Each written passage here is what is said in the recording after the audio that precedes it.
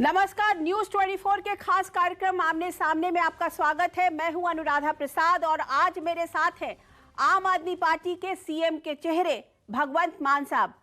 मान साहब, आपका बहुत बहुत स्वागत है। मेरा सवाल आपसे सबसे पहले यही है कि पंजाब में झाड़ू कितनी तेजी से या कितने धीरे धीरे चल रहा है, एक, और आपके दिल की धड़कनें बढ़ी हुई हैं या ठंडी हैं? नमस्कार अनुराधा जी, सबसे पहले तो न्यूज़ 24 के सभी दर्शकों को मेरी तरफ से प्यार भरी सत श्री अकाल भी है।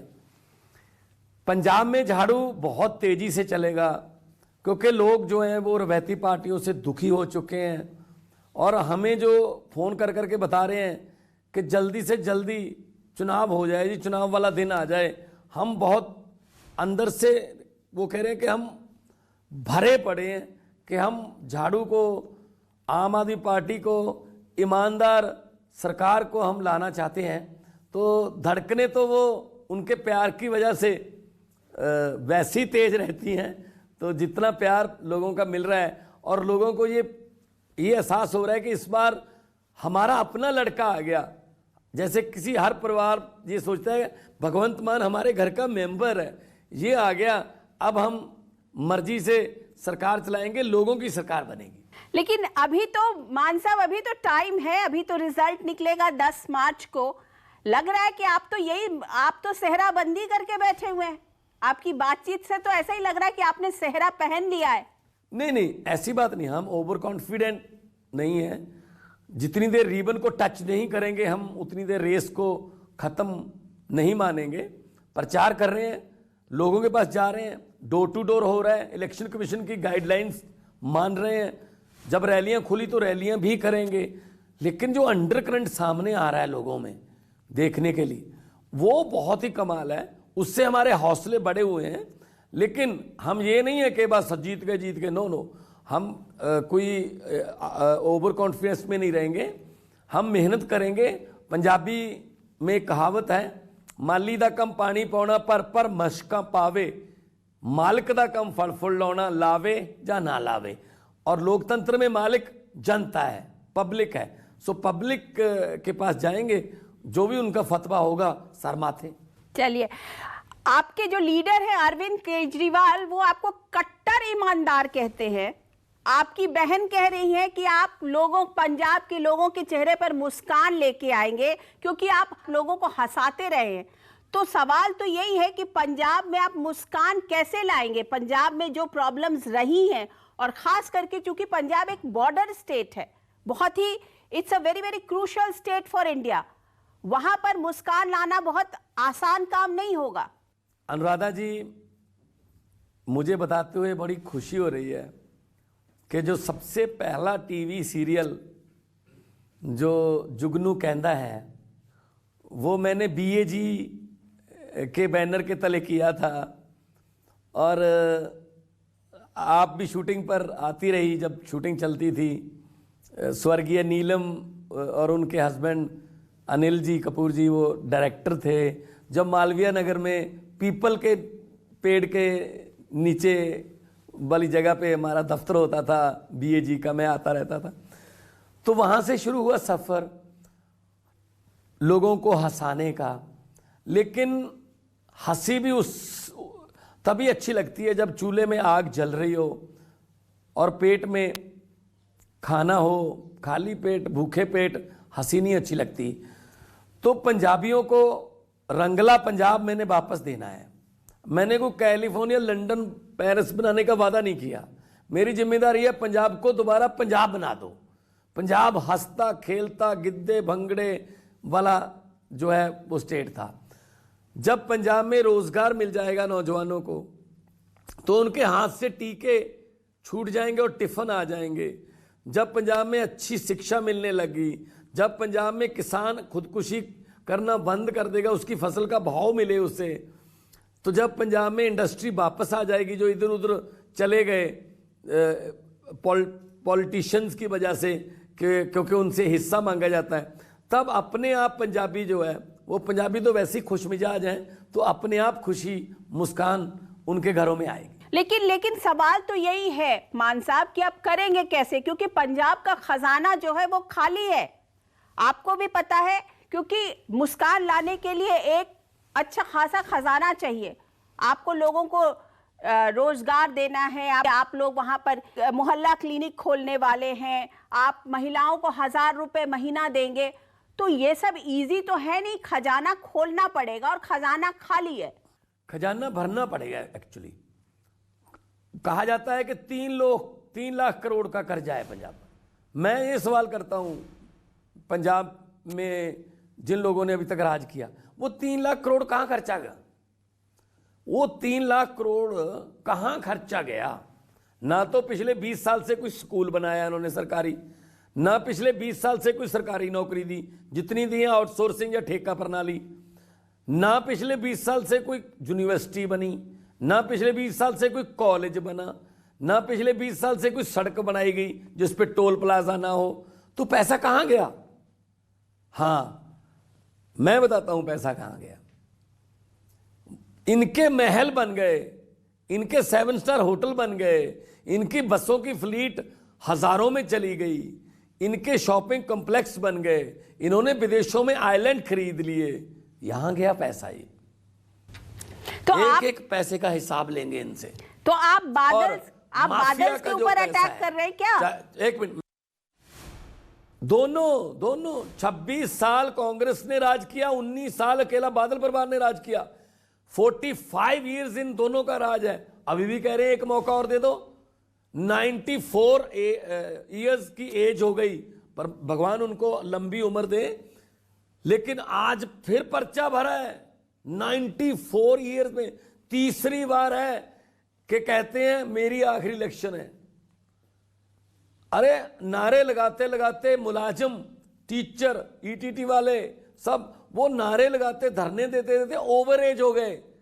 नेता कभी ओवर एज नहीं होते, कोई उम्र ही नहीं है भाई। बस करो, कुछ नए लड़कों को कुछ करने दो। पिप्पल दिया पत्ते आवे, कादी खड़ खड़ खड़ खड़ लाई है, पत चढ़ गए पुराने बादल साहब, रुत नव्या दी आई है। लेकिन क्या आप जेड़ा माफिया है, माफिया दा पैसा, एक्साइज माफिया, सैंड माफिया, ये सारा पैसा खजाने च पावांगे, खजाना भी भरांगे, कर्जा भी उतारांगे, सहूलतां भी देवांगे। तो एक तो सबसे पहले ये बताइए कि आपको क्या प्रॉब्लम हो रही है? अगर 94 इयर्स के प्रकाश सिंह बादल अभी भी इलेक्शन लड़ सकते हैं, तो ये तो उनका मेंटल स्टेट कहता है ना कि वो 94 साल के होके भी वो इलेक्शन लड़ रहे, मतलब कि वो सेनाइल नहीं हुए, वो अच्छा खासा अभी पॉलिटिक्स कर रहे हैं, प्रचार कर रहे हैं। ये उनका डेमोक्रेटिक राइट है, मुझे कोई प्रॉब्लम नहीं है उनसे कि वो क्यों लड़ रहे हैं। लेकिन मुझे दिक्कत ये है कि इतनी बार, 6ठी बार लड़ रहे हैं, मतलब 5 बार में ऐसा क्या कर दिया कि तुम्हें मौका दिया जाए दोबारा? भाई बेअदबी की घटनाओं पर इन पर इल्जाम, नशा बेचने के इन पर इल्जाम। मतलब मैं ये समझता हूं कि एक तरफ तो कहते हैं युवाओं को आना चाहिए, युवाओं को सक्रिय राजनीति में आना चाहिए, ये दोनों पार्टियां कहती हैं, लेकिन आए कहां से? दरवाजे सभी ने बंद कर रखे। क्या राहुल गांधी पर ही जवानी आती है? लेकिन क्या मजीठिया ही जवान होता है? आम लोगों के जो बेटे बेटियां वो जवान नहीं होते? लेकिन मान साहब ये बताइए कि सुखबीर बादल तो कह रहे हैं कि जितना डेवलपमेंट हुआ वो हमारे टेन्योर में हुआ, हमने बहुत सारा डेवलपमेंट किया, जितनी चीजें की हमने खोली। और आपके लिए खास करके उन्होंने बोला कि एक अल्कोहलिक को चीफ मिनिस्टर का चेहरा कैसे बना दिया। पहली बात तो ये कि अगर इन्होंने इतनी डेवलपमेंट की तो 17 में लोगों ने हराया क्यों इनको? ये तो बहुत लंबा चलना चाहते थे, फिर इतनी डेवलपमेंट कर दी कि तीसरे नंबर की पार्टी बना दी, राज करेंगे 25 साल का नारा दिया, 25 सीटें भी नहीं आई। दूसरा, जो मेरे बारे में पर्सनल बोल रहे हैं उनको मैं बताना चाहता हूं कि जी सुखदेव सिंह ढींढसा से पूछ लो, परमिंदर ढींढसा से पूछ लो, केवल सिंह ढिल्लों से पूछ लो, विजेंद्र सिंगला से पूछ लो, 2-2 बार मुझे पार्लियामेंट में भेजा। पार्लियामेंट में सबसे ज्यादा मुद्दे उठाने वाले जो एमपीज की लिस्ट बनती है वहां मैं हूं। अभी मेरे साथ सुखबीर होता है, सुखबीर को टाइम ही नहीं मिलता, बोलना ही नहीं आता, तो मैं अपनी पार्टी की तरफ से बोलता हूं। लोग मेरे साथ हैं, इनका क्या है, बोलने दो, कुछ भी कहते रहते हैं, पिछले 10-12 साल से कह रहे हैं, तो इन पर भी इल्जाम लगते हैं कि पता नहीं क्या क्या खाते हैं, क्या क्या इनका डोप टेस्ट कराया जाए अगर, तो मतलब कोई मेरे खिलाफ कोई करप्शन का इनके पास नहीं है कुछ भी। अगर 1 रुपए का भी मैंने करप्शन की होती, क्या आपको लगता है मुझे छोड़ते? ये 14 से 17 में तक ये इनकी सरकार थी पंजाब में, मैं एमपी था, क्या मुझे छोड़ते? इनको पता है कि भगवंत मान ऐसा कुछ करते ही नहीं। भगवंत मान आम घर का बेटा है ना, इनको यही बात नहीं पच रही है कि आम घर का बेटा आगे क्यों बढ़ रहा है। मैं आपको आपके चैनल के जरिए बताता हूं, 11 मार्च को ये सभी मुझे बधाई के फोन करेंगे कि मुबारक हो जी मान साहब, लोग फैसला करेंगे। मुझे पता है कि आम आदमी पार्टी ने कहा है कि भाई 1000 रुपए महिलाओं को देंगे, मोहल्ला क्लिनिक्स खोलेंगे, हम बेअदबी की जो बात है उसको खत्म करेंगे, हम नशाखोरी को खत्म करेंगे। तो ये बातें तो हैं, पर राजनीति तो वही है। मान साहब, आपको भी पता और हम सबको पता है कि राजनीति तो वही है। किसी को आप हराएंगे तभी तो आप जीतेंगे। हम लोगों को जिताएंगे। वो कोई कहता है आपका मुकाबला किससे है, मैंने कहा गरीबी से, महंगाई से, बेरोजगारी से, माफिया राज से हमारा मुकाबला है। ये तो आपस में रल के मिलके लड़ते हैं। गुजराल साहब ने और सुखबीर ने बोल दिया था कि पिछली बार बीजेपी ने अपनी वोट जो है वो आम आदमी पार्टी को रोकने के लिए कांग्रेस को ट्रांसफर कराई थी। ये तो मिलके खेलते हैं, ठीक है ना। तो इनके खिलाफ क्या करेंगे? चन्नी के खिलाफ कोई, अगर किसी के खिलाफ भी कोई सबूत हुआ तो जो कानून कहेगा उसके मुताबिक कार्रवाई होगी। कोई बदलाखोरी की नीति नहीं अपनाएंगे, ठीक है ना। और ईमानदार ऑफिसर जो हैं उनको फील्ड में उतारा जाएगा। पंजाब को अमन अमान का एक स्टेट बनाएंगे। पंजाब की में नफरत के बीज बीजने वाले जितने, बहुत पहले भी कोशिश हुई, लेकिन भाईचारक सांझ और सोशल बॉन्डिंग पंजाब की बहुत मजबूत है, इसको और मजबूत करेंगे। अच्छा, आपके लीडर अरविंद केजरीवाल जी ने कहा है कि हर ऑफिस में जब आम आदमी पार्टी आ जाएगी तो उसमें अंबेडकर जी की तस्वीर लगाएंगे और भगत सिंह की लगवाएंगे। तो इसके पीछे भी कोई राजनीति है क्या? मुख्यमंत्री की तस्वीर उतर जाएगी और शहीद आजम भगत सिंह आज़ादी के प्रतीक हैं, जिन्होंने देश को आज़ाद करवाया। डॉक्टर अंबेडकर जो हैं वो आज़ाद भारत के संविधान के रचयिता हैं, जिन्होंने बहुत छोटे घर से उठ के इतनी बड़ी बड़ी पढ़ाइयाँ की, इतनी मास्टर्स की डिग्रियाँ ली और संविधान लिखा, समानता का संविधान लिखा, शिक्षा को प्रेफरेंस दी। तो हमारी पार्टी का जो है एजेंडा, मैनिफेस्टो, वो वही है। तो हम इन दोनों की तस्वीर हर सरकारी ऑफिस में लगाएंगे। मुख्यमंत्री की तस्वीर नहीं लगेगी किसी भी सरकारी ऑफिस में।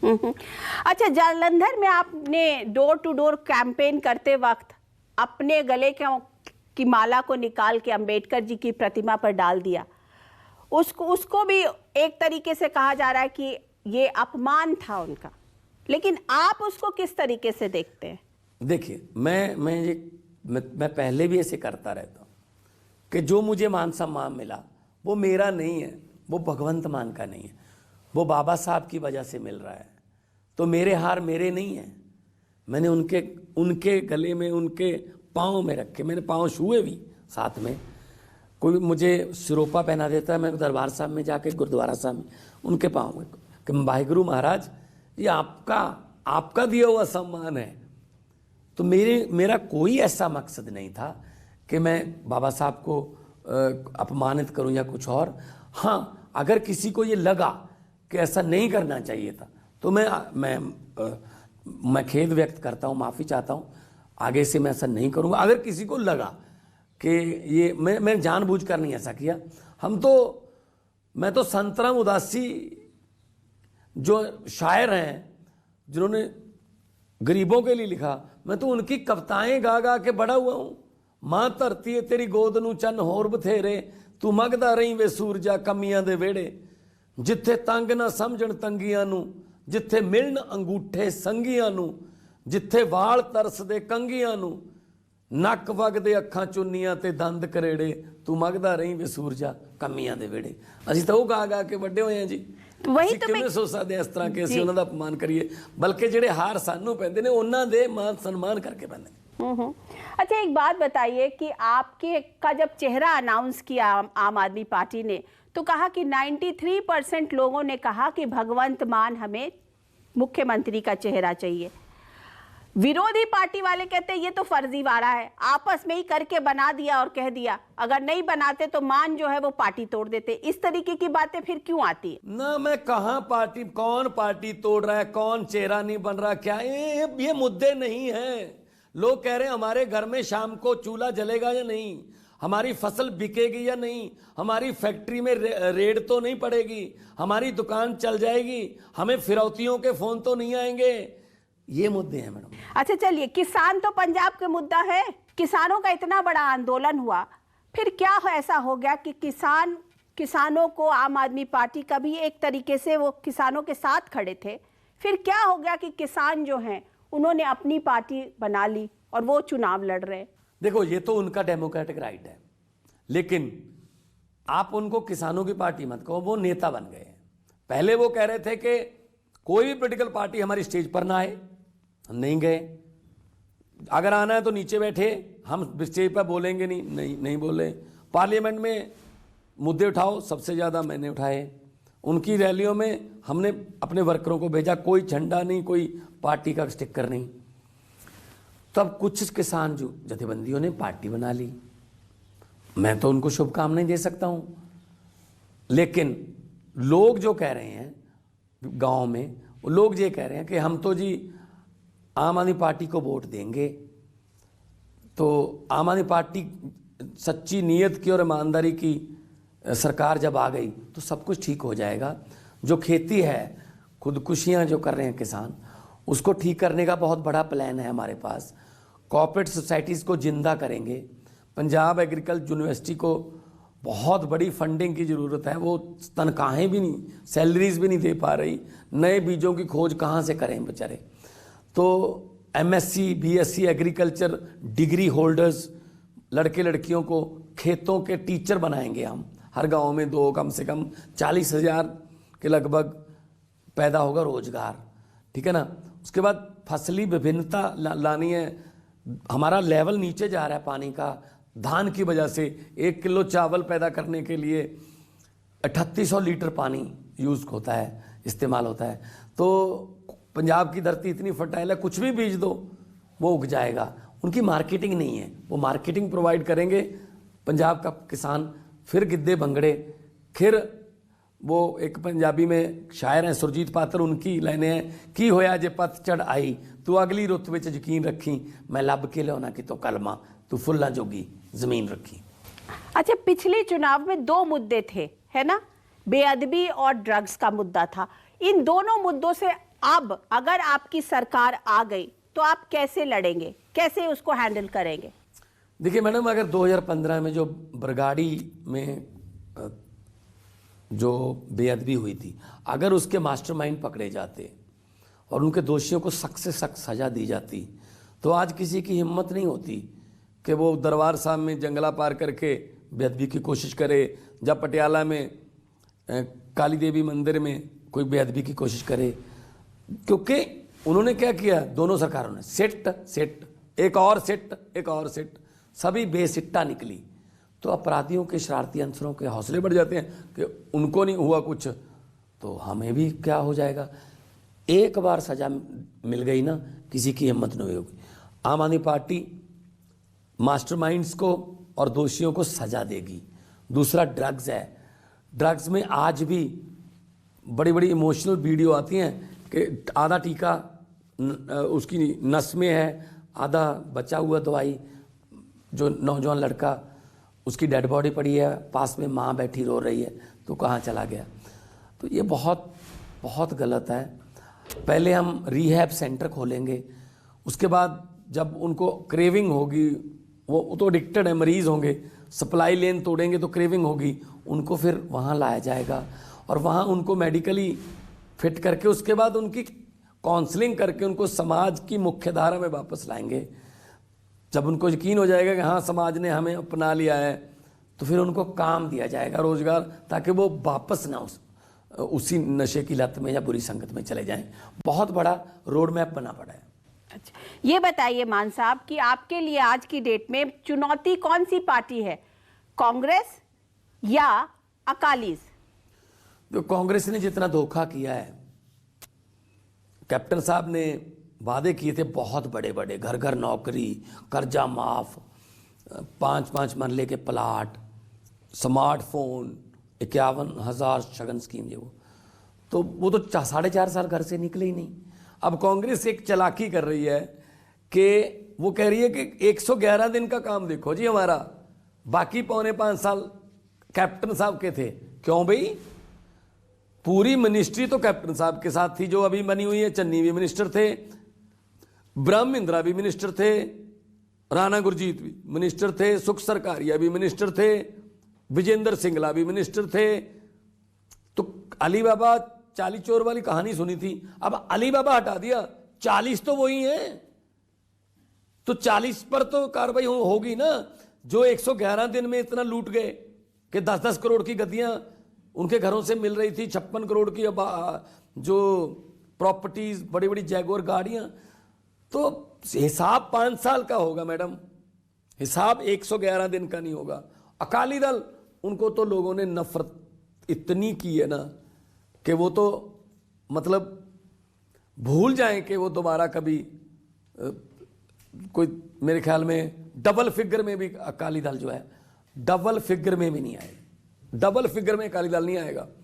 किसान कानूनों का पहले हमायत करते रहे, पूरा 1.5 महीना पूरा परिवार इस कानूनों की तारीफ करता रहा। जब किसान जथेबंदी और लोगों का प्रेशर बढ़ा तो कहते जी हमने तो पढ़े ही नहीं थे।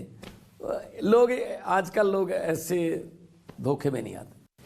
अच्छा, कैप्टन साहब ने बीजेपी के साथ गठजोड़ कर लिया, इसको आप कितनी गंभीरता से ले रहे हैं? बीजेपी 0, कैप्टन साहब 0, साथ में ढींढसा है 0, 0 × 0 × 0 = 0। तो एक बात बताइए कि सिर्फ चन्नी को ही घेरने का इरादा है क्या, कि वो उनको 2 सीटों से लड़ना पड़ रहा है? नहीं आए हैं, मैं तो वेलकम किया मैंने। आज मेरी लोकसभा में पड़ता पथौड़, बहुत अच्छी, मुझे तो बहुत अच्छा लग रहा है। आइए, मालवे में आइए, पथौड़ में आइए, और पता चल जाएगा कांग्रेस को कि कितने पानी में है वो। अच्छा, आपका एक स्टेटमेंट आया था कि बीजेपी के एक सीनियर लीडर ने आपको मंत्री पद और ये सब ऑफर किया था कि आप उनके साथ चले जाएं, तो वो बात आपकी आगे बढ़ी थी या नहीं बढ़ी थी? बीजेपी की ये आदत है मैडम, ये मेरे साथ थोड़ी किया, बहुत इन्होंने मध्य प्रदेश में ऐसा किया, इन्होंने कर्नाटका में ऐसा किया, गोवा में ऐसा किया, लेकिन जो मार्केट में नहीं है उसकी कीमत कैसे लगा सकते हो आप? जो आदमी बिकने को तैयार ही नहीं है उसकी कीमत क्या है? अपने तरफ अपने ਵੱਲੋਂ ਤਾਂ ਦਰਿਆ ਵੱਡੇ ਘਰ ਜਾਂਦਾ ਹੈ, ਪਰ ਸਮੁੰਦਰ ਦੇ ਵਿੱਚ ਜਾ ਕੇ ਉਹ ਮਰ ਜਾਂਦਾ ਹੈ। ਗਰਦਨ ਸਿੱਧੀ ਰੱਖਣ ਦਾ ਮੁੱਲ ਤਾਰ ਰਹੇ ਹਾਂ, ਬੇਸ਼ਰਮਾਂ ਦਾ ਤਾਂ ਨੀਵੀਂ ਪਾ ਕੇ ਵੀ ਸਰ ਜਾਂਦਾ है। तो एक बात बताइए, नाम तो बता दीजिए, किसने आपको ऑफर किया था? बता दूंगा, हाँ, समय आने पर बता दूंगा। पार्लियामेंट में जो सेंट्रल हॉल है वहाँ जितने भी बैठते हैं सब कहते अरे आजा आजा, अरे तेरा क्या होगा, आजा आजा। मैंने कहा मैं अपने खून पसीने से पार्टी बनाई है, आम आदमी पार्टी, वो मैं ऐसा नहीं हूँ कि कभी इधर कभी उधर, वो वाला नहीं हूँ मैं। मतलब सीरियस ऑफर नहीं था, इज इट? सीरियस था। वो कह रहे थे आप पर कौन सा एंटी डिफेक्शन लॉ लागू होता है, आप अकेले ही हो, तो आ जाओ और आपको सेंटर में कैबिनेट मिनिस्ट्री दे देंगे। मैंने कहा मुझे नहीं चाहिए। अच्छा, ये बताइए कि आज की डेट में आपके हिसाब से कौन सा ऐसा राजनीतिज्ञ है वहां पर, या ऐसा कौन सा है कैंडिडेट जिसको देखने से मुस्कुराहट आ जाए, लोग हंसने लगे? देखने से तो नहीं, उनके भाषणों से तो हंसते हैं। Sukhbir Badal is the best comedian right now. Sidhu साहब भी बहुत अच्छा कर रहे हैं, कमाल कर रहे हैं, उनके जब बोलते हैं वो तो लोग हंसते हैं, उनकी भाषा, उनका वे ऑफ टॉकिंग देखकर। लेकिन हम तो पॉजिटिव राजनीति करते हैं, हम तो ये कह रहे हैं हम ये करेंगे, हम ये करेंगे। वो आपस में लड़ रहे हैं, तो मैं तुझे तू तू तू करके कर रहे हैं। हम तू मैं की राजनीति में नहीं पढ़ते, अगर इज्जत करवानी है तो इज्जत करनी भी सीखनी चाहिए। नहीं, ये तो सही बात है। तो चलते चलते न्यूज़ 24 के व्यूअर्स को भी कुछ मुस्कुराहट दे दीजिए। आपकी तो इतने बढ़िया बढ़िया मज़ेदार मज़ेदार बातें होती थी, कुछ बातें आप भी कहिए जिससे लोग, हमारा व्यूअर है जो भगवंत मान को उस तरीके से नहीं जानता है, वो भी जानेगा ना।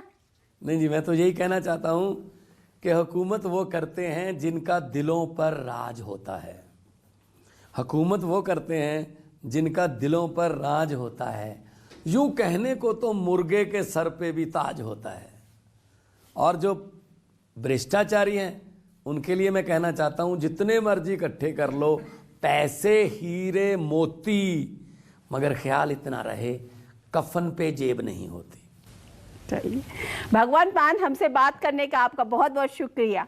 बहुत तो ये थे आमने सामने में आम आदमी पार्टी के पंजाब में चेहरे भगवंत मान। मैं अनुराधा प्रसाद किसी और पर्सनालिटी के साथ आपसे फिर मिलती हूं, तब तक के लिए नमस्कार।